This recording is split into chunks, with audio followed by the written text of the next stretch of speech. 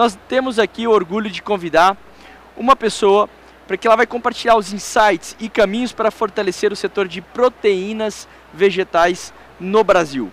A gente recebe agora a especialista sênior de engajamento corporativo do GFI Brasil, The Good Food Institute, Camila Lupetti. Seja bem-vinda ao nosso papo, Camila. Vai receber ali o foninho, que hoje todo mundo vai gravar, né? Muito bem, seja bem-vinda ao nosso palco. Cadê a garrafinha da Camila? Tem um presente para você, tá, Camila? Antes de começar, obrigado. Da nossa patrocinadora Paco. Aqui tem uma aguinha para você tomar ao longo da sua apresentação. É de rosca, a tampinha também. Fica à vontade, o palco é seu e estaremos aqui. Obrigada. Todos me ouvem bem? Eu vou tirar esse fone aqui, que além do retorno ainda me esquenta a orelha. Na hora das perguntas eu coloco de volta. Bom, então como já fui apresentada, vim aqui falar para vocês de uma pesquisa do The Good Food Institute, o GFI Brasil, onde eu trabalho.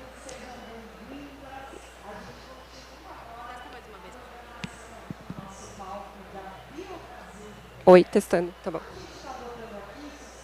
Voltei para o fone, senão eu fico ouvindo outra palestra, aí não vai ter jeito. Então, eu vou falar um pouco para vocês, aqui muito em primeira mão, aqui são achados fresquinhos de uma pesquisa que a gente fez lá no GFI Brasil, The Good Food Institute, onde eu trabalho, que é uma ONG que trabalha para promover todo o setor de proteínas alternativas no mundo inteiro, para destravar o desenvolvimento da categoria de carnes vegetais no Brasil. E como que nasceu... qual que era o nosso desafio, né? O GFI a gente já tem feito várias pesquisas ao longo dos anos, muita pesquisa com o consumidor, muitos números, pesquisas representativas dos consumidores do Brasil inteiro, mas a gente via que ainda faltava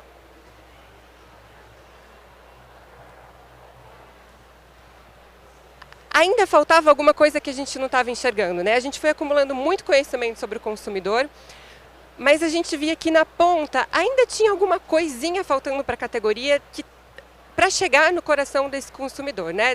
Não que todo esse conhecimento acumulado não tivesse servido, mas a gente sentia que tinha alguma coisa na categoria que a gente ainda não estava pescando, então a gente encomendou para a Consumoteca, né, essa consultoria de consumo, um estudo para fazer toda essa varredura do setor. Então, analisar tudo que já tinha de material publicado, fazer entrevistas com os consumidores, então conversar cara a cara com o consumidor, com quem não consome, com quem consome muito, com quem consome pouco. E também estudar outras categorias. Então, que outras categorias de sucesso, que nasceram inovadoras, que chegaram como novidades no mercado, que caminhos que elas traçaram, que ajudaram elas a chegar nesse sucesso, que a categoria de carnes vegetais não estava enxergando. Então, é um pouco dos insights desses estudos que a gente vai conversar um pouquinho aqui. Começando de trás para frente, esses são os principais insights que a gente chegou, né? A gente vê, ao longo dessas pesquisas, que a categoria ela tem esse desafio duplo, né? Uma de ser percebida como nicho, então, muitas pessoas que não consomem, ou muitas pessoas que a gente conversa, sabem que existem as carnes vegetais, mas entende que é coisa para vegetariano, é coisa para vegano. A gente ouvia muito nas nossas pesquisas, é legal, interessante, mas não é para mim, né? Então, como que a gente passa esse não é para mim, para sim é para mim, para o máximo, para o maior número de consumidores possível, né? E um outro desafio é que a concorrente direta da carne vegetal é a carne animal. E o brasileiro gosta de carne animal, o brasileiro gosta de comer carne, né? A gente tem visto que o consumo de carne vem diminuindo ao longo dos anos, seja por causa de preço, seja por questões de saúde. Tem muita gente que tenta diminuir a quantidade de carne consumida ao longo da semana, mas, no fundo, como hábito, como identidade, como origem cultural, o brasileiro é um povo que consome carne e que gosta muito de carne. E aí, como que a categoria precisa aparecer, então? Ela precisa ter esse posicionamento de que quem consome, quem vai comprar, não está perdendo nada. Então, não é uma renúncia, é o ganho. E aí que é a chave, né? O que a carne vegetal pode mostrar para o consumidor como ganho, né? Que valor é esse que a carne vegetal pode apresentar? E aqui, esse estudo feito pela consultoria, eles escolheram essas 4 categorias que foram categorias que realmente inovaram ao aparecer no mercado. Então, é a cerveja sem álcool, a bebida proteica, o leite condensado e a fórmula infantil, né, essa fórmula da primeira infância, assim. E o que elas têm em comum, né? Essa inovação, chegar e mostrar que veio, chegar e mostrar que ganho elas trazem para o consumidor. Pulei alguma coisa aqui? E aí, com base na análise dessas categorias, a gente chegou a essa matriz com 7 direcionais estratégicos. Então, assim, juntando todas essas categorias, seguindo essa trilha ou esses passos, foi o que trouxe esse segredo de sucesso, ou o que elas têm em comum, por mais que elas sejam diferentes, produtos diferentes entre si, elas tiveram isso em comum na sua trajetória. Então, resolver uma atenção emergente, comunicar um benefício, deixar muito claro a ocasião de consumo, ter um marketing agressivo de exposição, escolha milimétrica dos influenciadores, né, das personalidades que vão dar voz à marca, um foco inicial em classes mais altas e ter os produtos muito fáceis de encontrar. Aqui a gente tem assim o material, a análise detalhada de todas essas categorias. Por questão de tempo, eu escolhi falar aqui primeiro da cerveja sem álcool, né? Então, muito rapidamente, o que ela entrega? Assim, resolver um problema emergente. Cerveja não é só cerveja, é socialização, é prazer, é encontro com os amigos. Mas o álcool tem consequências. Consumir muito álcool tem consequências. Você não pode consumir em todo lugar. Durante a semana é mais difícil, num almoço de trabalho. Se você bebe demais, você tem a ressaca, mas você tem que ser produtivo no outro dia. Com olho nisso, essa cerveja sem álcool, ela veio entregar a solução. Então, as campanhas de lançamento, elas não vêm falar dos problemas do álcool, ela não mostrou ninguém de ressaca. Ela mostrou o que as pessoas ganhavam ao beber uma cerveja sem álcool, e não focou na ausência, no não ter álcool. O que você está ganhando? Você pode, e aí, né, lembrando das propagandas, você pode beber com o seu chefe no horário do almoço, você pode ter uma garrafa igual a dos seus amigos numa mesa de bar, mesmo se você estiver tomando uma cerveja sem álcool. Então, é o falar do que se ganha e não do que se está perdendo, né? Comunicar benefícios funcionais e emocionais. Então, muito além da ausência de álcool, o que você ganha? Você ganha produtividade, você pode ser uma pessoa moderna, alinhada com escolhas saudáveis, você pode continuar dirigindo, você pode continuar circulando em todos os seus círculos de amigos, mesmo se você não está bebendo. Então, não era só o rótulo, não era só a questão técnica da ausência de álcool, é o que você ganha emocionalmente ao consumir esse produto. Ocasião e formato de consumo bem definidos. A publicidade de lançamento, ela mostrava claramente em que ocasiões fazia sentido tomar uma cerveja sem álcool. Então, ainda que uma pessoa sequer tivesse cogitado a possibilidade de escolher isso, a propaganda trazia isso. Então, era um almoço com o chefe, um almoço do negócios, não tinha mais a dúvida. Será que pega mal? Será que se eu pedir uma cerveja aqui eu vou ser mal visto? Tá tudo bem, você pode escolher a mesma cerveja, a mesma marca, mas sem o álcool. Marketing de exposição, assim, o lançamento assim, dessa marca, ela simplesmente inundou o mercado com a sua marca. Então, desde o ponto de venda, tinha assim, letreiros de supermercado que a moldura era a marca da cerveja, eventos esportivos, Fórmula 1, todas as placas da pista de Fórmula 1 inteira era a marca da cerveja, encontrado em todos os lugares. Então, assim, não há mercado que se vá que você não encontra essa cerveja dessa marca e sem álcool. Influenciadores e celebridades estratégicos. Um exemplo aqui de garoto propaganda dessa marca foi o Max Verstappen. Então, assim, atleta de alta performance de Fórmula 1, que é considerado um esporte considerado premium, de pessoas de elite, que também conota bom gosto, sofisticação e que, querendo ou não, está ligado ao automobilismo, né? Então, a gente pode beber e dirigir? Não pode. Então, além de todos os atributos simbólicos disso, você associa um atleta de alta performance que pode consumir essa marca em qualquer momento. consequentemente, com esse foco inicial em classes mais altas, né? Um trabalho muito importante, né? Que a gente nunca pode, a gente fala aqui muito de comunicação e de linguagem, mas tem um trabalho prévio que é desenvolver um produto muito bom. Então, se você vai começar, se você vai mostrar a sua cara pela primeira vez ao mercado, tem que ter esse desenvolvimento prévio de ser um produto realmente muito bom, e aí sim você consegue atingir classes mais altas com esse posicionamento premium. Assim, o meu produto é muito bom. E, de novo, fácil de achar, né? A marca está em todos os lugares. Mas o que as carnes vegetais, né, têm com isso? Então, o que a gente vê ao longo de muitas pesquisas? Quem consome está buscando o quê? Saúde, sabor e leveza. E aqui são algumas frases que os consumidores falam pra gente, né? Eu comecei a comer carne vegetal porque eu estava de dieta, porque eu queria emagrecer. Quando eu comecei a focar na academia, eu queria uma opção mais saudável, comecei a ganhar peso, então achei melhor diminuir a carne.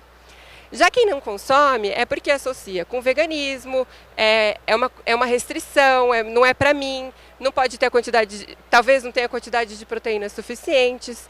E aí o que a gente precisa, né? Aqui também algumas frases que as pessoas falaram para a gente em relação a isso. E aí, o que acontece que barra o crescimento de mais gente falando bem? Então, o sabor, a forma de preparo, o preço, que ainda é mais caro, e o acesso. Então, muitas pessoas falam que é difícil de encontrar, não tem o sabor que esperava, é mais caro do que a carne tradicional. Por outro lado, quem tinha desconfiança em experimentar, falou que provou a primeira vez por curiosidade no mercado, numa degustação, os amigos recomendaram, comeu na casa de um amigo. Então, é esse equilíbrio que a gente tem que buscar de levar aí para cima quem ainda tem essa rejeição inicial.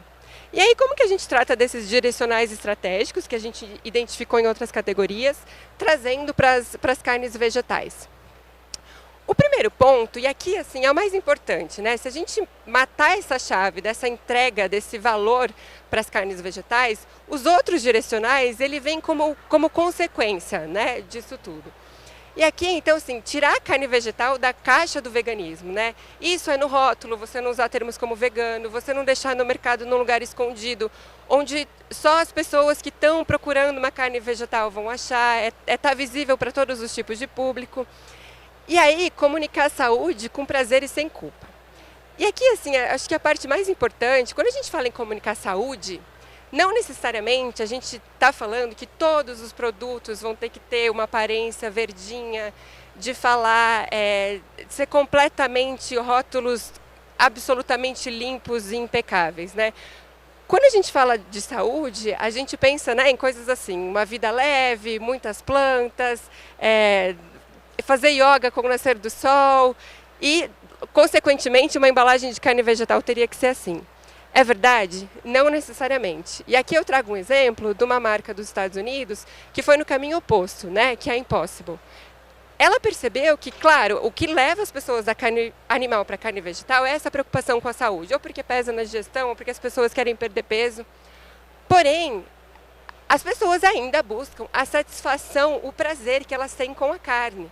Então, o sabor, as características visuais que têm a ver com a carne, a suculência, né, o vermelho das embalagens que as pessoas estão acostumadas de carne, podem ser um caminho, né? A saudabilidade, ela é um valor que está ali implícito nesse salto que as pessoas fazem de uma carne animal para carne vegetal.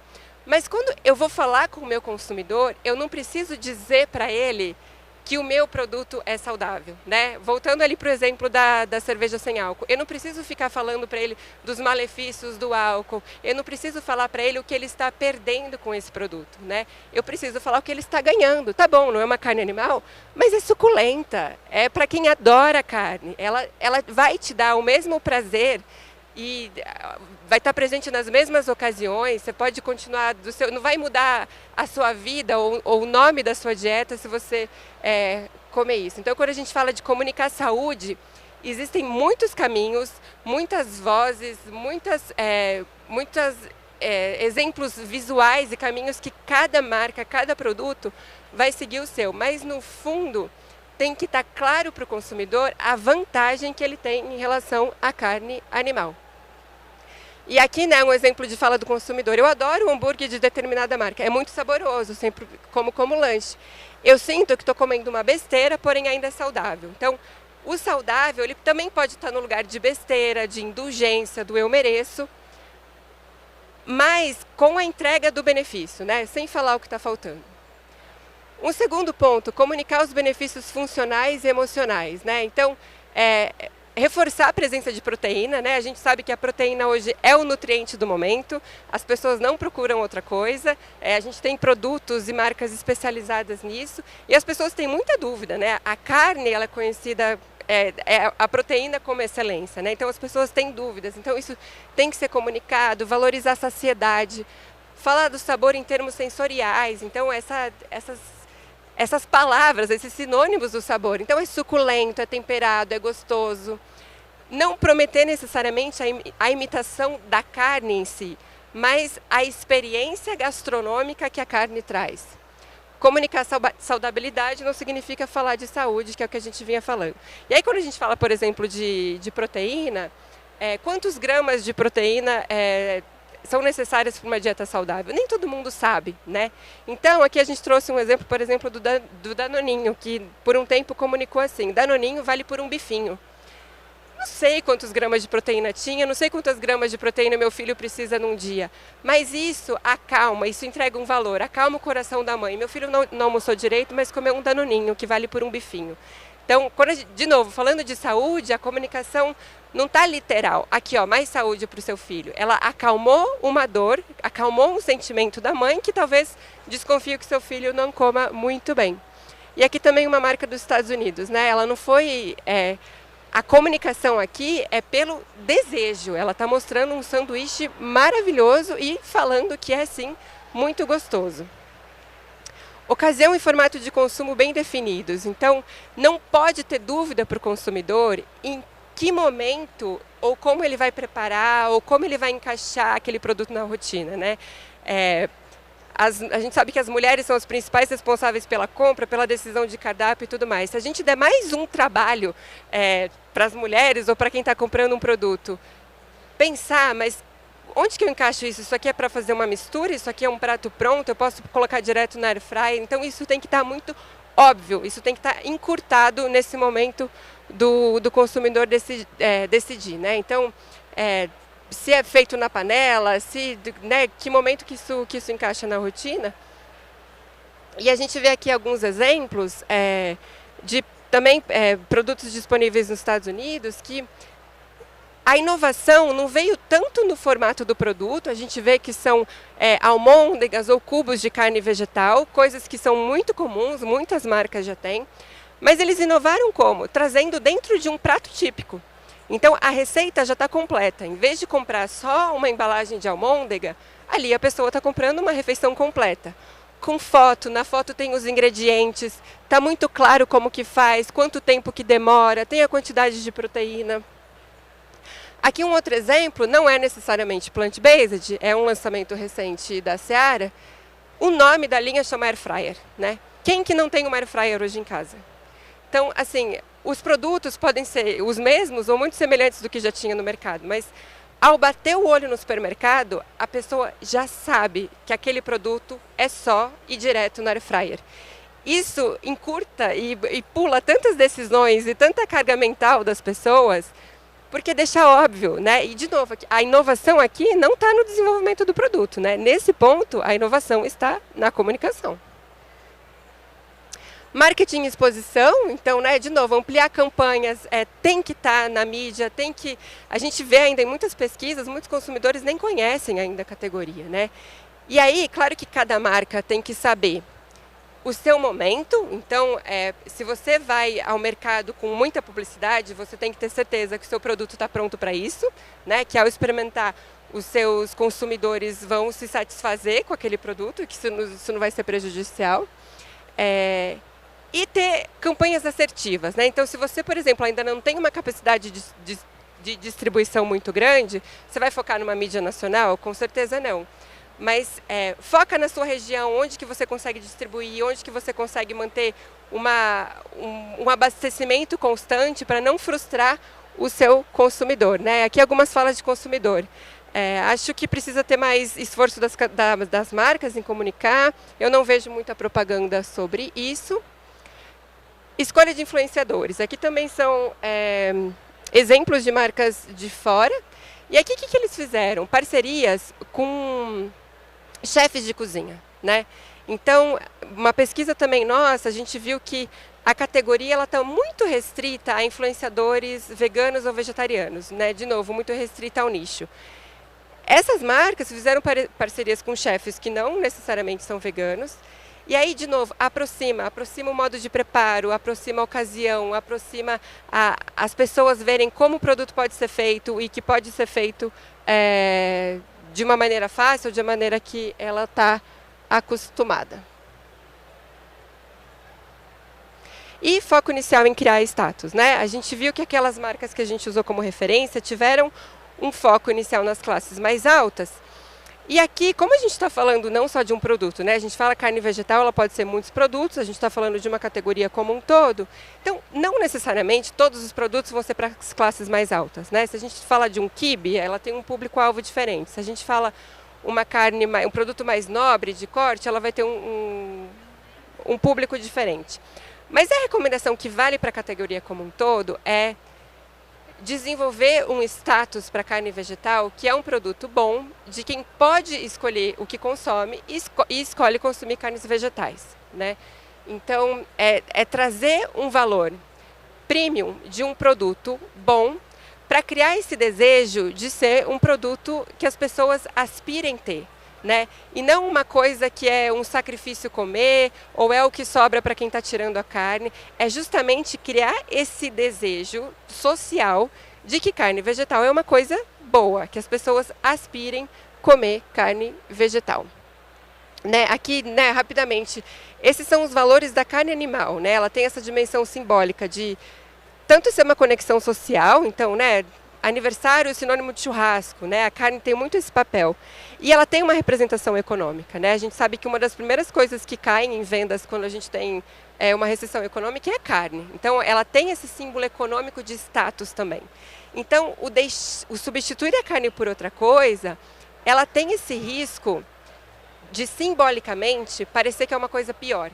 Por isso que é uma preocupação da categoria como um todo convencer os consumidores de que carne vegetal é sim algo bom. É sim de quem pode escolher produtos premium, é sim de quem pode pagar mais caro para comer o que quiser e ainda assim escolhe carne vegetal. E por último, fácil de achar e comprar. Então, por mais que a pessoa queira, por mais que a pessoa deseje, se ela não encontra no ponto de venda que ela está acostumada, ela não vai comprar. Se ela compra uma vez e depois ela não encontra a mesma marca ou depois ela não encontra o mesmo SKU, ela se frustra e se frustra com a categoria como um todo, né? Isso gera um abandono e um prejuízo com a categoria como um todo. Então, distribuição, trabalhar com varejista, exposição em gôndola, colocar os produtos perto dos produtos de origem animal e não confinado numa parte específica do mercado, né? Então, aqui também um depoimento de um consumidor. Nos mercados que eu frequento, eu não vejo essas carnes. É mais carne vermelha mesmo. E aí, né, assim, resumindo, né, trabalhar a categoria é desenvolver produtos deliciosos. Então, primeiro de tudo, sabor. Tem que estar gostoso, porque a gente está falando de comida, né? A gente não come só com intenção, a gente come com o paladar. E sabor e saudabilidade, lembrando que saudabilidade é um valor, mas não necessariamente vai ser a única linguagem de falar com o consumidor. E expandir os formatos e a presença no dia a dia, né? Então, inovar na forma de apresentar o produto para o consumidor. Se ainda não dá para inovar no formato específico, na tecnologia específica, inovar em como isso é oferecido, colocar em pratos mais criativos e tornar as carnes vegetais uma escolha de fato prazerosa. Né, o sucesso da categoria não virá de uma só narrativa, de novo, cada produto, cada marca vai encontrar a sua narrativa, mas a categoria toda vai acontecer conforme essas marcas ousarem, né, e ousarem serem relevantes, cada uma construindo o seu próprio caminho. A boa notícia é que o consumidor brasileiro ele está pronto, né? As nossas pesquisas mostram que a aceitação do conceito de carnes vegetais é muito boa, as pessoas acham interessante, as pessoas acham moderno. Só falta mesmo chegar no coração, sabe? Assim, conectar de fato as pessoas à proposta de valor das carnes vegetais. Eu deixo aqui o QR Code de acesso a todos os estudos que o GFI Brasil tem feito. Essas estratégias de categoria ainda não estão publicadas, mas estarão em breve. Mas tem muitíssimos outros materiais lá que vocês podem encontrar. Tem pesquisa quantitativa, qualitativa, tem análise de redes sociais, enfim, tem muito material mesmo para vocês se aprofundarem e sobre a categoria, enfim, e tirarem dúvidas. E é isso, muito obrigada. Eu estourei o meu tempo aqui. Mas eu acho que ainda tem tempo de alguma pergunta. Muito bom, muito bom. Pessoal, e aí, queremos agradecer aqui a presença da Camila e a gente tem um minutinho aí, enquanto os próximos palestrantes estão se organizando também. Quem quiser fazer alguma pergunta, levanta a mão. Quem quiser aproveitar a Camila para falar sobre o tema de plant-based. Alguém tem alguma pergunta? Se não tiver, a gente agradece muito. Aqui, ó, temos uma pergunta aqui. Deixa eu só pegar Eu vou levar o microfoninho aqui, ó. Eu vou levar para ele. Somos de casa, né? Nosso palco roxinho. Qual que é o seu nome, meu querido? Leonardo. Leonardo, vamos lá. Boa tarde. A pergunta é bem simples. Eu queria entender como que estão fazendo a mecânica um pouco das pesquisas assim no país, né?